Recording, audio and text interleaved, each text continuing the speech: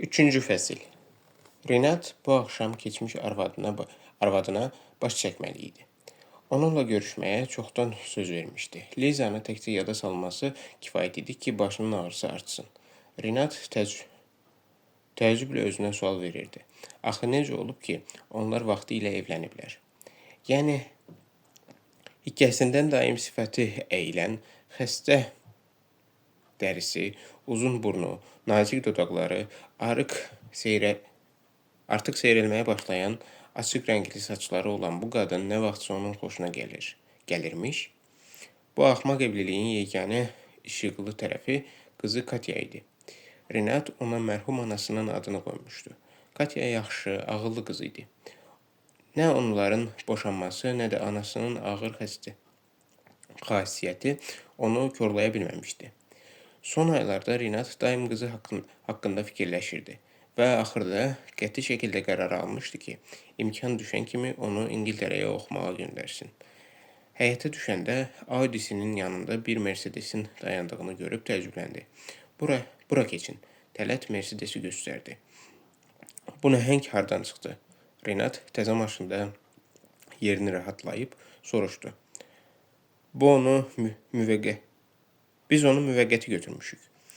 Siz Moskvadan gedənə qədər ondan istifadə edəcəyik. Tələt izah etdi və keçib qabaqda əyləşdi. Digər mühafizəçi Pavel şükanın arxasına keçdi. Mühafizə xidmətinin digər iki əməkdaşı Audi avtomobilinə oturdu. Mənim harasa gedəcəyimi sizə kim dedi? Şəripov soruşdu. Zənnimcə belə bir söz deməmişəm. Mən Kərimlə danışmışam. O xahiş etdi ki, biz səfərə hazırlaşaq. Dedi ki, istənilən vaxt zəng edə bilər. Ancaq hələlik elə bir təhlükə yoxdur. Nə vaxt getməli olduğuma mən özüm qərar verəcəyəm. Renat hirsləndi. Korolyov küçəsinə gedirik. Keçmiş arvadımın evinə. Pavel ünvanı bilirdi. Maşınlar Şəripovun boşandıqdan sonra arvadı ilə qızı üçün qoyub getdiyi köhnə uçudaqlı mənzilin yerləşdiyi akademik Korolyov küçəsinə tərəf istiqamət götürdü. Renat bu illər ərzində bircə dəfədə olsun keçmiş arvadına həmin mənzilə görə tənə vurmamışdı. Baxmayaraq ki, özü harada gəldi, ev tutur, bir otaqlı yaxud kommunal mənzillərdə. Bir neçə ailənin birlikdə yaşadığı otaqların fərdi, mətbəx və hamam, ayaq yolu və dəhlizlərin ümumi olduğu mənzillər.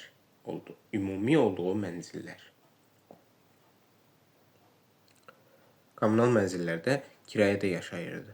İndi də keçmiş arvadına kömək edir, elitar məktəbdə oxuyan qızının təhsil xərcini ödəyir və dolanışıq üçün onlara ayda $5000 pul verirdi. Düzdür, Liza həmin məbləğlə razılaşmırdı. Hətta onu daha çox pul verməyə məcbur etmək üçün vəkilə də müraciət etmişdi. Lakin vəkillər ona izah etmişdilər ki, yalnız nikahda olduqları zaman yığılan əmlak bölünməlidir. Boşanmadan sonra qazanılan pullar, xüsusilə də miras olaraq alınanlar, keçmiş həyat yoldaşı ilə bölünməli deyil. Renat Şərifov maşından düşdü. Tələt onun arxasınca getmək istədi. Yox, məni maşında gözlə. Renat qətiyyətlə dedi. Lizanın ilk dəfə mühafizəçiləri onun yanında görəndə necə qızıqlandığını unutmamışdı. Qadın elə bilmişdi ki, Renat həmin yekəpər oğlanları qəsdən özü ilə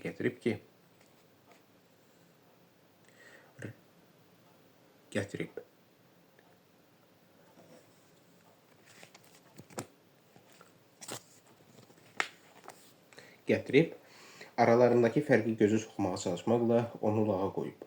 Boşanmış qadın ərinə hər şeyi, hətta yeni sevgilini də bağışlaya bilər. Uğurdan başqa. Çünki qadının fərsiz əri atmaqla düz hərəkət etdiyinə özünü inandırması daha asandır. Renat bloka girib pilləkənlə yuxarı qalxmağa başladı. Geçmişdə bu pillələrlə tez-tez çıxırdı. O vaxtlar ona elə gəlirdi ki, Lizanın qüsurlarına baxmayaraq ömürlərinin sonuna dək birlikdə yaşaya bilərlər. Ancaq Qüsurlar həddən artıq çox idi. Artıq onlara dözmək mümkün olmayanda Renat evdən getmişdi. İndi pilləkənlərlə çıxarkən o öz ailə həyatındakı müxtəlif əhvalatları bir-bir gözünün qabağına gətirir və keçmiş arvadının zəhlətökən əsəbiliyinə və öcəşkənliyinə o qədər vaxt necə dözdüyünə heyrətlənirdi. Qapının ağzında bir qədər nəfəsini dərib zəngi bastı. İçəridən səslər eşidildi. Renat kişi səsi eşidəndə üzünü turşutdu. Artıq qapının arxasında məhz kimi görəcəyini təxmin edirdi. Bu Lizanın xalası oğlu Simyon idi. Renatın ondan zəhləsi gedirdi.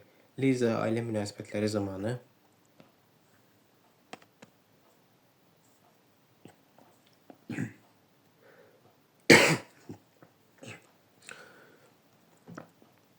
reklam və ticarətdə uğur qazanan, özü və ailəsi üçün işləmiş, BMW geniş mənzil almağı bacaran şişman xalaoğlusunu tez-tez Renata nümunə göstərirdi. Simyon təkcə Liza üçün deyil, onların bütün qohumları üçün nümunə sayılırdı. Onu nəslin ən ağıllı və ən uğurlu adamı hesab edirdilər. Simyon Renata qarşı nifrətini gizlətmir, onun jurnalist peşəsini həmişə kasıbların əməyi adlandırırdı. Şəripovu heç vaxt evinə dəvət etmir, öz mənzilində yalnız xalası qızını görmək istəyirdi. Qapı açıldı və o dolu bədənli Simyon kəndarda göründü. Hər vaxtınız xeyir.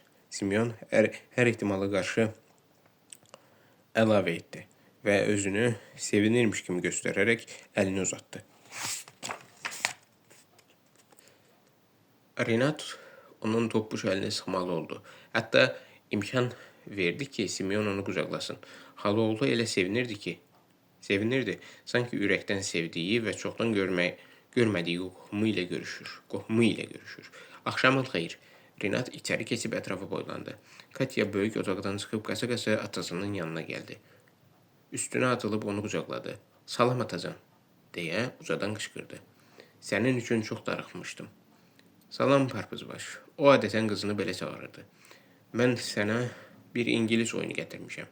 Renat, Tamaranın onun xahişi ilə seçib aldığı kiçik kompüter oyunu qutusunu cibindən çıxarıb qızına uzatdı. Uşaq sevincindən atılıb düşdü. O sizə elə çox istəyir ki, Simyon riqqətlə pıçıldadı. Renat dönüb təəccüblə onun üzünə baxdı. Əvvəllər bu adam həmişə ona sən deyə müraciət edirdi. İndi isə birdən sizə keçmişdi. Üzündə kədərli ifadə olan Liza otaqdan çıxıb onlara yaxınlaşdı. Əynində tünd yaşıl rəngli, kobud biçimli don vardı.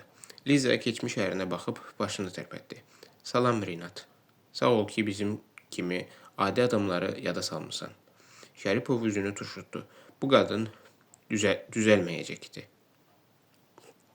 Və onları qonaq otağına tərəf otağa keçin. Simyon vurnuxmağa başladı və onları qonaq otağına tərəf itələdi. Renat içəri keçdi və donub qaldı. Masanın üstündə çoxlu bahalı içki və müxtəlif yeməklər düzülmüşdü.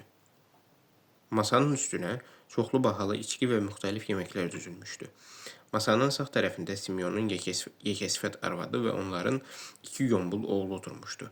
Arvadı Simyonun özünə oxşayırdı. Elə bil bacı qardaş idilər. Onların üçü də qorxa-qorxa keçmiş qohumlarını qonaq otağına itələyən Simyona baxırdı. Salam, Renat başını tərpədərək qohumlarla salamlaşdı. Axşamınız xeyir. Masa arxasına oturanların hamısı Simyonun ciddi baxışları altında dərhal ayağa qalxıb nəzakətlə salamlaşdı. Şəripov masanın yuxarı başında əyləşməyənə qədər onların heç biri oturmağa cəsarət etmədi. Katya yeni oyuncağına yaxşı-yaxşı baxmaq üçün öz otağına qaçdı. Liza qonaq otağına keçib sol tərəfdə xalaoğlusu ilə yanaşı oturdu. Simyon cəld araq şüşələrindən birini götürüb keçmiş qohumu üçün içki süzdü. Sizin sağlığınıza. O, Renatın qabağında dayanaraq yaltaqlıqla dedi. Yaman tipdir. Şəripov içkidən azca dadaraq fikirləşdi. Başı hələ də ağrıdığı üçün içmək istəmirdi. Əyləşin, Renat əlini yellətdi. Ayaq üstə dayanmayın. Əlbəttə, əlbəttə. Burada hamı özümüzünküdür. Hamımız qohumuq. Simeon əli ilə ailəsini göstərdi. Nəhəng boğa ilanı kimi. İlanı kiçik heyvanlara necə təsir edirsə, bu adam da arvadı ilə uşaqlarını eyni ilə o şəkildə hipnoz altında saxlayırdı. Bu nə yığıncaqdır belə? Renat maraqlandı. Nə münasibətlə yığışmısınız? Sizi qarşılayırıq. Simeon hörmətlə cavab verdi. Fikirləşdik ki, sizə xoş olar. Yaxşı, bəsdir. Renat özünü turşutdu. Əvvəllər məni evinizin kəndarından içəri buraxmırdınız. Amma indi bu cür qonaqlıq düzəldirsiniz. Lazım deyil. Simeon, mən sizin fikirləşdiyiniz qədər axmaq deyiləm. Mən heç nə fikirləşmirəm. Simeon ehtiyatla cavab verdi. Siz çox hörmətli adamsınız. İndi sizi bütün Moskva tanıyır. Məni yox, mənim pullarımı tanıyırlar. Şəripov acıqlı halda cavab verdi. Məsələ pulun üstünə gələndə Renatın keçmiş arvadı da söhbətə qoşuldu. O axmaq deyil. Liza qəfildən hikki ilə dedi. Alçaqdır. Liza, xalaoğlu hiddətlə çığırdı. Süfrə arxasında bu cür sözlər işlətmək lazım deyil. Burada uşaqlar var. Qoy onlar da eşitsinlər ki, mənim ərim necə adam idi. Artıq qızışmağa başlayan Lizanı dayandırmaq mümkün değildi. O indi milyarderdir.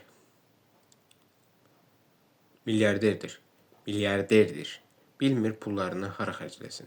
Bütün qəzetlər onun həmin müğənniciyə xərclədiyi böyük pullardan yazır. Amma indi burada oturub özünü elə aparır ki, güya heç nə olmayıb. O öz doğma qızına ucuz hədiyyələr bağışlayır, amma yad adamlara milyonlar xərcləyir. Mən heç kimə milyonlar xərcləmirəm. Renat etiraz etdi. Ümumiyyətlə, gəl bu mənasız söhbəti bitirək. Siz məni bura nə üçün çağırmısınız? Sən mənə nə demək istəyirdin? Sakitləş, Liza. Simeon xalası qızına elə acıqla baxdı ki, qadın nəhayət səsini kəsdi. Məsələ burasındadır ki, bizim Liza kiçik bir torpaq sahəsi almaq istəyir. Mehribanlıqla gülümsəyib izah etdi. Moskva yaxınlığında balaca bir sahədir. Orada kiçik bir bağ evi var. Amma mən Lizaya söz vermişəm ki, köhnə evi söküb yenisini tikəcəyəm. Mən öz xala qızım üçün heç nə əsirgəmərəm. Qoy orada yaşasınlar, Liza ilə qızı. Deyirlər, uşağa təmiz hava lazımdır. Qoy köçüb yay boyunca orada qalsınlar. Renat nəcəb deyə soruşmaq istədi. Ancaq başı ağrıdığı üçün qərar aldı ki, dərinə getməsin. Qoy istədiklərini eləsinlər.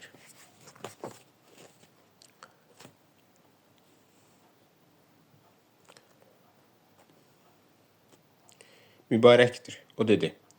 Ev tikmək istəyirsinizsə tikin. İstəyirsiniz lap ikisini birdən tikin. Bəs məni nə üçün çağırmısınız? Simeon yenə yerindən sıçrayıb Renat üçün araq süzdü və mehribanlıqla gülümsədi. Çox yaxşı sahədir. Yanından çay da axır.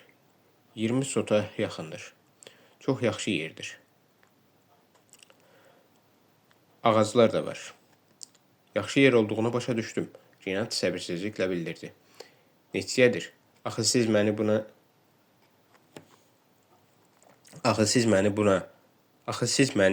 buna görə çağırmamısınız? Çağırmısınız? Bu tamaşanı da ona görə düzəltmisiniz. Neçəyədir sizin o sahə? Baha deyil. Simeon hələ də gülümsəyirdi. Cəmi 2 paçka. Mən sizin jargonları başa düşmürəm. Renat ikrahla dedi. 2 paçka nə deməkdir? 20.000. Simeon başa saldı.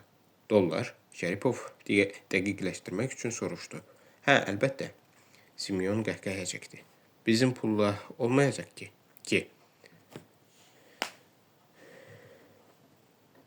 20.000 dollar. Yaxşı, Renat razılaşdı. Bir halda ki, orada ev tikəcəksiniz, mən həmin sahəni alaram. Ya da ki, sabah sizə 20.000 dollar göndərərəm.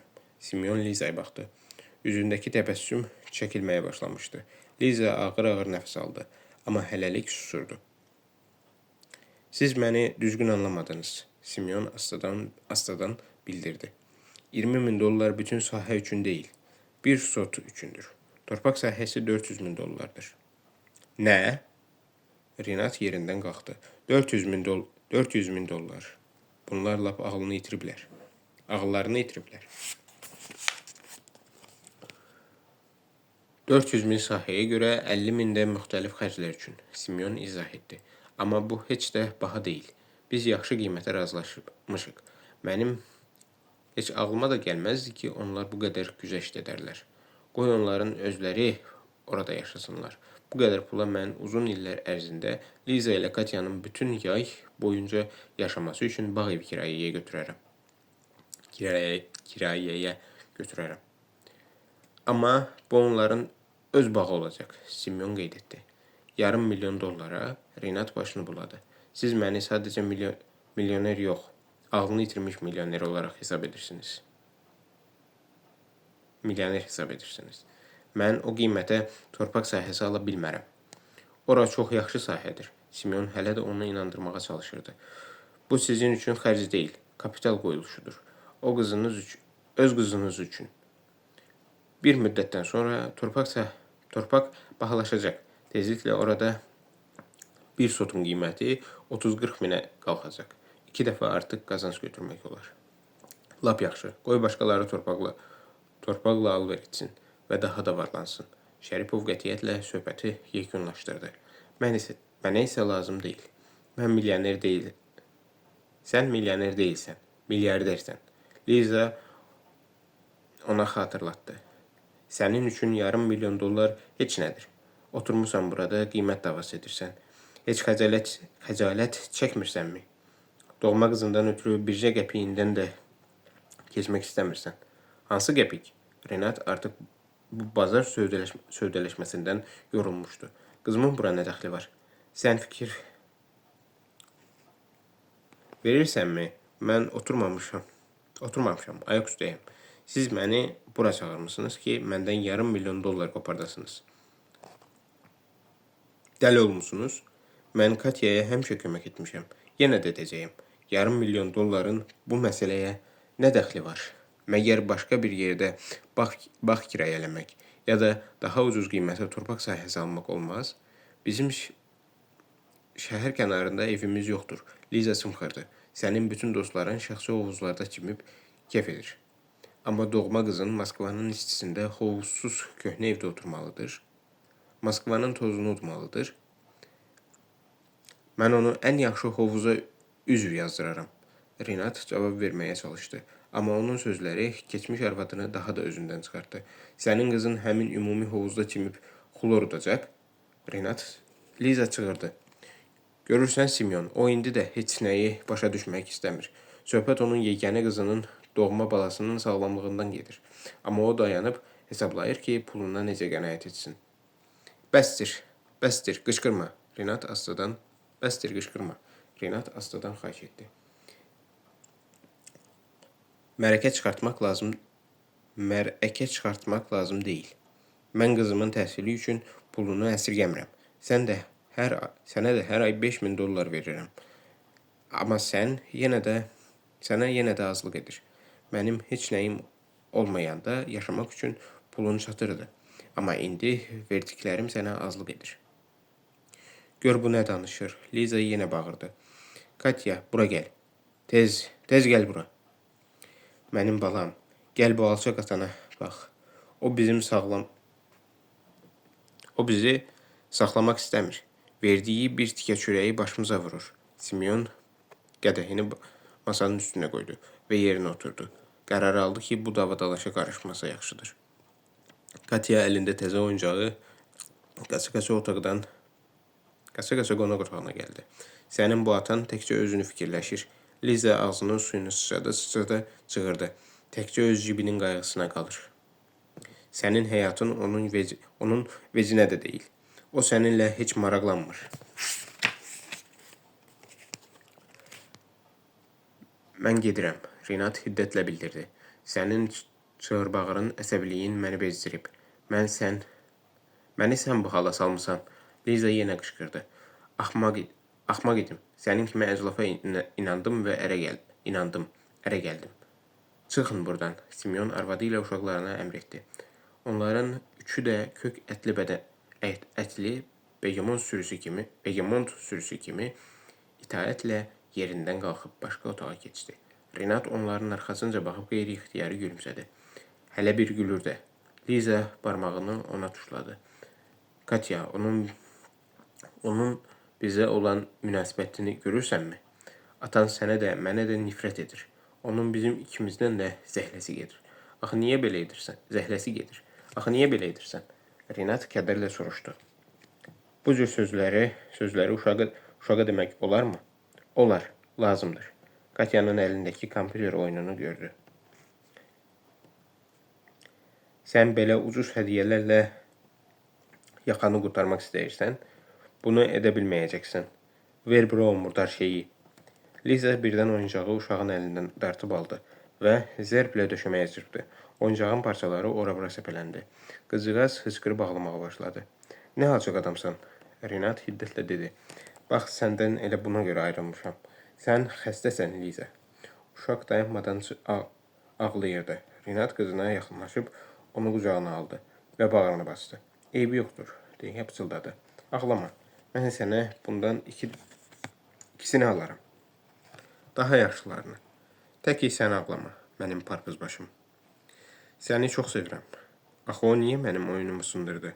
Katya hıçqırırdı. Eybi yoxdur. Mən sənin üçün bundan da yaxşısını tapacağım.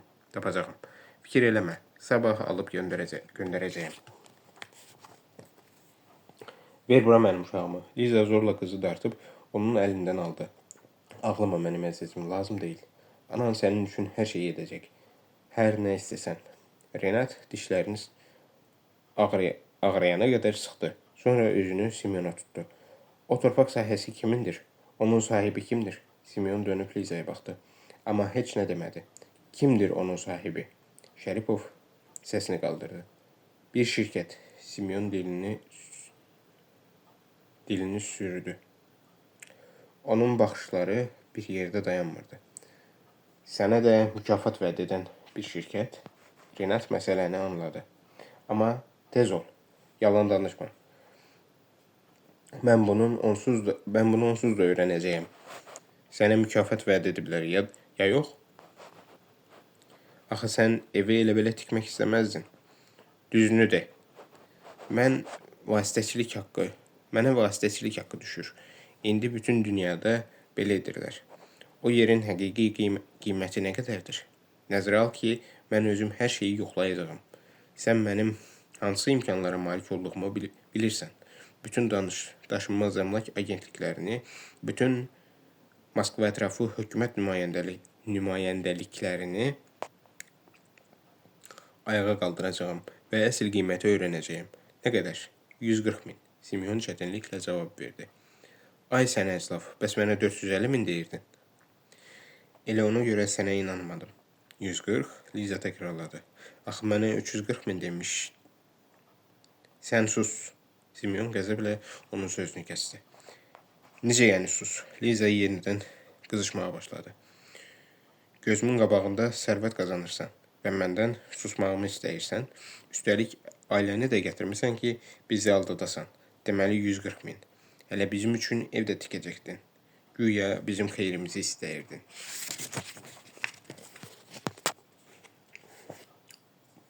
Mən sizin üçün çalışırdım. Simeon ayağa qalxdı. Süfrəyə göz gəzdirdi. Aydın idi ki, baxalı yeməkləri və bu qədər içkini burada qoyub getməyə keyfi gəlir. O tərəddüd edirdi. Yığışdır zibilini. Şəripov şən səslə bildirdi.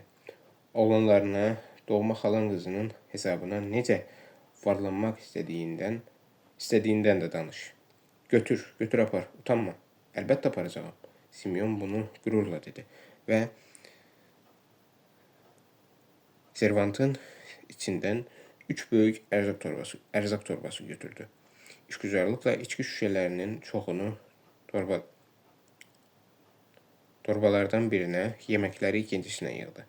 Üçüncü torbanın içinə isə piroqları qoymağa başladı. Şəripov xiyarları yaddan çıxartma. Şorba xiyarları yaddan çıxartma. Rinat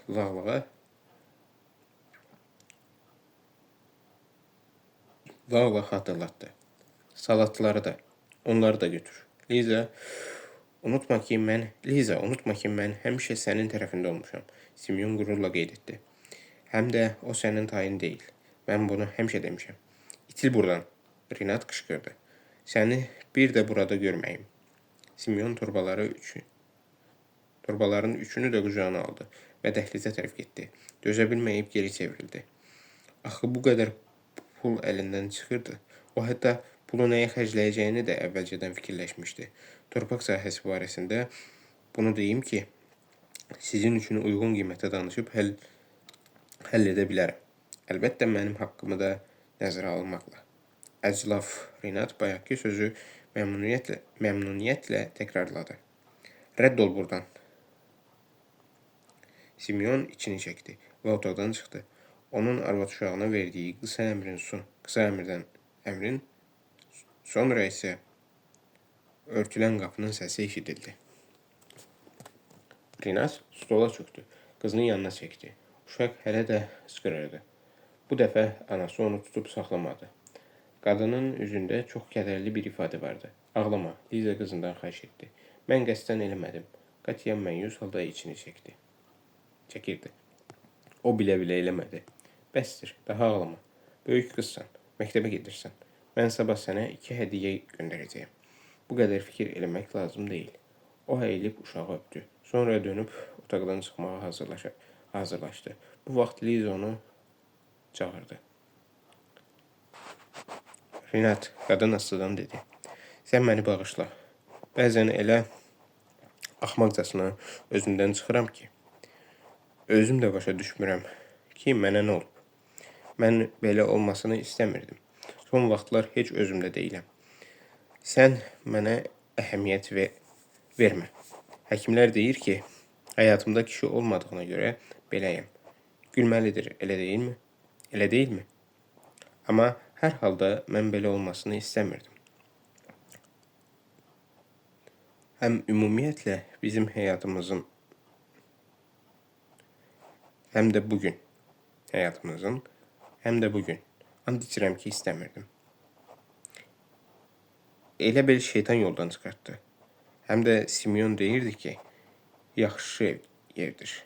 Ağlıma gəlməzdi ki, o məni aldada bilər. O sadəcə uğurlu bir maliyyə əməliyyatı keçirməyə çalışırdı. Rinat ikrahla dedi. İndi bu belə adlanır. Öz xalası qızını qızışdırmaq, onun keçmiş ərini aldatmaq və onlardan mümkün qədər çox pul qopartmaq. Bu ticarət işgüzarlığıdır. Əvvəllər belə şeyləri alçaqlıq adlandırırdılar. Ya da möhtəkərlik. Hərçənd indi keçmiş alverçilərin hamısı ən hörmətli adamlardır. O sustu. Sonra birdən dedi. Bəlkə Katyanı qızlar üçün qapalı İngilis məktəblərindən birinə göndərək. Mən ən yaxşı məktəbin pulunu verə bilərəm. Necə fikirləşirsən? Bilmirəm, Liza cavab verdi. Ancaq sən onu məndən ayırma. Əgər tək qalsam ağlımı itirərəm. Düz sözümdür, dəli olaram. Rinat fikirləşdi ki, o haqlıdır. Liza tək qalsa vəziyyəti lap pis olacaq. Bəlkə onları İngiltərəyə birlikdə göndərsin. Orada onlar üçün buradakından yaxşı olardı. Həm də Liza xalolusunun təsirindən canını qurtarardı. İstəyirsən, mən həmin torpaq sahəsini sənin üçün alım. Rinat təklif etdi.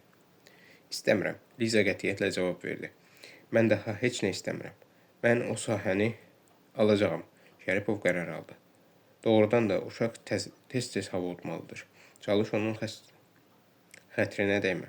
Uşaq təqsirkar deyil ki, sən də, mən də o cür axmaq olmuşuq. Salamat qal. O yenə qızının üzündən öpdü və mənzildən çıxıb qapını yavaşca bağladı. Pilləkənləri Eynən də sınmış oyuncaq yadına düşdü.